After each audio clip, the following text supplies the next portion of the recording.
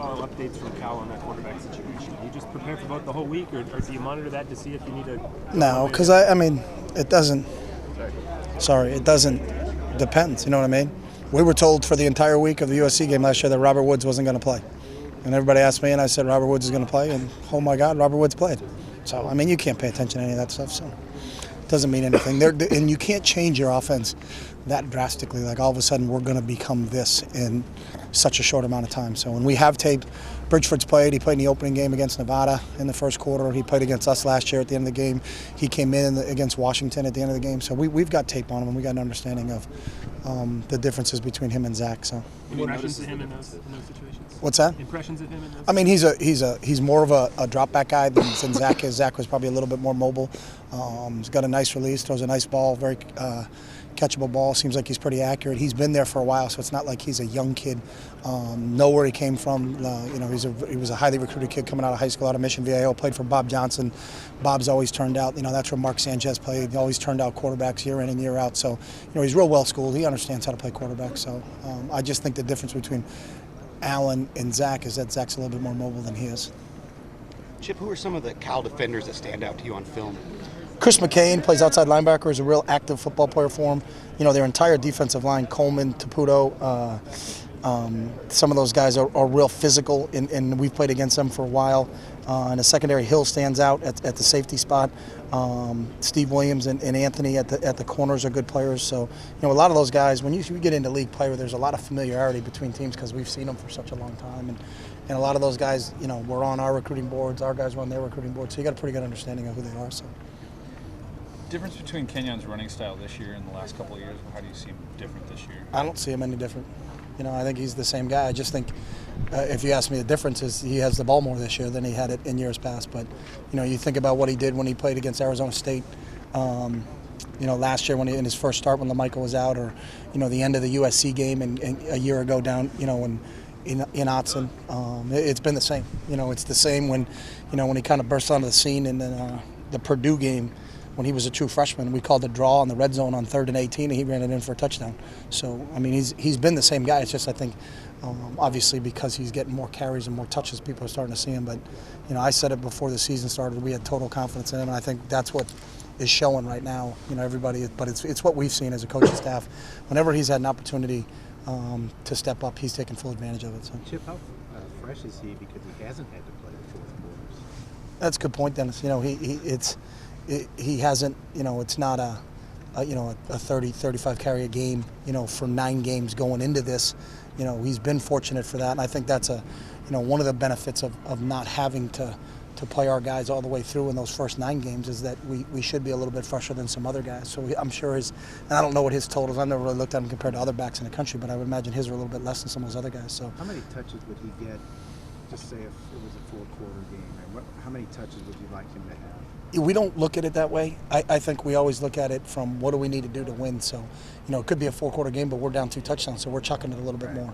The one thing I do know is that he can carry the load. So, he had 38, but I don't, as a play caller and whatnot, I'm not monitoring that. Gary Campbell, our running back coach, has done a great job, and he knows when to get him in, get him out, and shuffle him. And I don't look up there and go, oh my God, Kenyon's in the game. It's or Byron's in the game, or DeAnthony's in the game. We're just calling plays. And all 3 of those guys, we don't have a set play for those guys. It was the same thing last year is LaMichael in or is Kenyon? It doesn't matter in terms of our play calling. And Gary's rotating those guys. And, the one thing that, after the game when we talked about it is that Kenyon felt really, really fresh. You saw him after the game. There were no signs, which was impressive for a kid to carry the ball 38 times because that's a pretty good toll in a game. So he's running for almost a yard per carry more than LaMichael did a couple years ago when they don't Walker. And then you talk about their similarity as backs. Are you guys just more efficient as a group of 11 or more?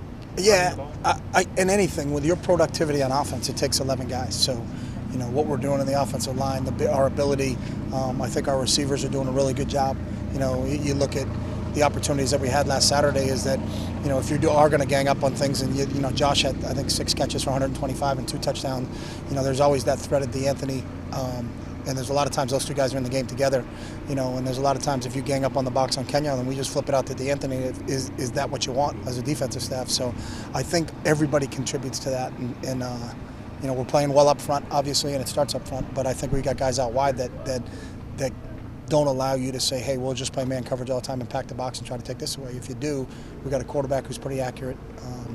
He threw, I didn't really realize it until yesterday, he threw more touchdown passes than incompletions last week. So it helps when you have a guy at each spot that's a pretty good weapon, and then they got to defend everybody. So I asked you something that his 3 incompletions, how many of them was he thrown out of bounds or thrown away? I was thinking maybe it was two of the 3. he threw one into Dawson's arms. Right. He threw one out into the flats to Kenyon that kind of bounced that we would have wanted going into the red zone, going to my left. And I can't remember what the third one. He knew where he was going. I think he wanted to because he threw it again later on, the same exact deal, and hit Kenyon, and we had a huge gain on it. So if you ask him, he was probably trying to complete it instead of throwing it away. I can't remember what the third one was off the top of my head. Out of the end zone. There was one out the back of the end zone. We just couldn't jump. We couldn't jump high enough. How do you evaluate Rob's season so far, Beard? Hasn't been asked to do a whole heck of a lot, which is not his fault. It's, we're pretty good at scoring touchdowns and not getting field goals. So, he's been really consistent on his extra points. I think he had 65 straight or something. And then we had one block, and that was a kid who came off the edge, after we got moved back in the USC game. So I think he's been consistent from that standpoint. We would like a little bit more consistency in our field goals than what we are right now. But we haven't been forced into a situation where those, not getting 3 in those situations have hurt us. So probably a little bit more consistency from a field goal standpoint, but I'm real pleased with what we're doing extra point-wise. So. Is it more mental or technical on the field goals for those field goals? I don't know. I mean, you'd have to look at the specific ones he missed. So. Chip, are you still a good defense after giving up 51? I mean, people want to zero in on that.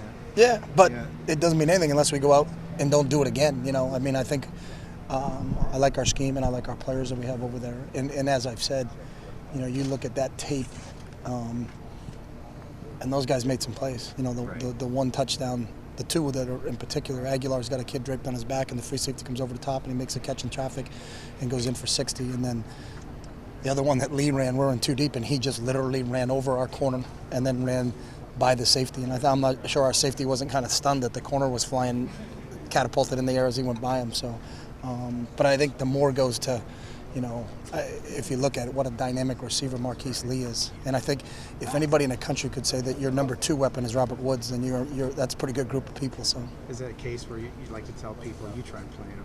I mean, because no one's. No, I mean, we don't really care what people say or whatever. That's not our big deal. But I still think in those situations, and I've always said it, is that, when you do that, well, what's wrong with your defense is more of maybe give praise to the other operation, because that pass catch combination down there is pretty good. And it's not like this was the first time they did it. The week before us, I think he had 16 catches for 345 and a 77-yard kickoff return. So. And it wasn't like that caught us by surprise. We knew they were going to throw it to 9, and yet they still threw it to 9. And that's the mark of, good players, in my opinion, that you know what you're going to get, but yet they continue to do it on you. Then, sometimes you just got to tip your cap. And the records Matt set, if you look at the quarterbacks that have been in this league, and, it's pretty gaudy when you look at his statistics compared to, the John Elways and the Dan Foutses and, NFL Hall of Famers, Warren Moon. The list goes on and on of great quarterbacks, and the top touchdown thrower in the history of this league is him, and there's probably a reason for that. In this game 2 years ago, the Cal game, we had a confirmed case of a guy going down, trying to slow down the offense. Have you seen any evidence of that since then, maybe more subtle nationally or against you guys? What did they do to try to slow down? No, I haven't. Nothing? Since that, I haven't seen it. We had a directive in our league, and I think it's been cleaned up since then. And I think the coach is not there anymore. Their assistant coach isn't there anymore. So, I haven't seen it. We played them last year, and it was a good battle. They competed really hard, and they present some problems from a scheme standpoint. And Clancy does a really good job with their defense, but I haven't seen anything since that day. Now, we had seen it a lot more before that. Right. Cal was the only one, that someone did something about, but there were a couple instances before we played Cal and other games before that, so they weren't the first to try that tactic. So was it like it was so obvious that it came to a head that I'm sure you'd complained before? I don't complain. But was it so obvious that day that say, okay, guys, come on? We didn't say anything after that game because we had actually told them before and nothing happened. So we just said, hey, we're going to keep playing and you guys handle it as a league if you want to handle it. So it was more of their directive than our directive after that situation. So your schedule as a team is a lot of road games kind of loaded on the back end of it. Do you think that might be a bigger deal at a school that didn't preach kind of every week being the same? I don't know. I've never been in a school like that, so we just go play them. You know, we know as a group we have no idea. You know, I mean, we do have an idea. We know what our schedule is, and when it comes out, play it. You know, if you could complain that it's a late night game, you can play anything, but that's not going to help you do anything. It's wasted energy. So, you know, we knew before the season started, you know, the benefit was we had a lot of home early games. You know, and the negative is that you're going to get some away games at the end. You can't have it both ways. You can't play a lot of home games early and a lot of home games late. So we know we know in our league that every other year you're going to either play 5 on the road or 4 on the road because of our schedule. So Kenyon said yesterday that he still replays a conversation before every game that he had with Coach Cam during the Washington State game when Campbell kind of challenged him a little bit to run harder. And not to say that he wasn't playing well before that game, but ever since then, his numbers are kind of ridiculous. And Campbell said that I think he's been running more aggressively. What makes Coach Campbell such a good coach? And I know you mentioned you didn't think he's changed his running style too much. Have you noticed a little bit of a more aggressive attacks and splushing? I haven't noticed that, no. What makes Coach Campbell such a good Coach Campbell's been here for 30 years. He's a great mentor. He's a great role model. He's coached a lot of great running backs, and he's very, you know, got all the technical nuances that you have to have at a running back position, being in the same spot, just here for 30 years. But Gary's coached for over, I think it's 35 or 36 years. So he brings a wealth of knowledge to the position, got a great understanding of how to play running back. Was a great running back himself at UCLA. So he brings a lot to that position. Is Nick Cody a guy, versatile guy? Looked like he lost his job at one point, but he's stuck it out. Seems like a guy who gets sort of maximizes his ability and obviously knows the system, has been here forever. Yeah, Nick's smart, intelligent, hard worker, physical football player for us. I don't think anybody loses their job. I think we just have a rotation. So, you know, it just, and again, I think people make too big a deal out of who takes the first snap of the game as opposed to, you know, who's in there. But if you still look at how many snaps he plays compared to how many snaps everybody else plays, there's a pretty decent rotation now.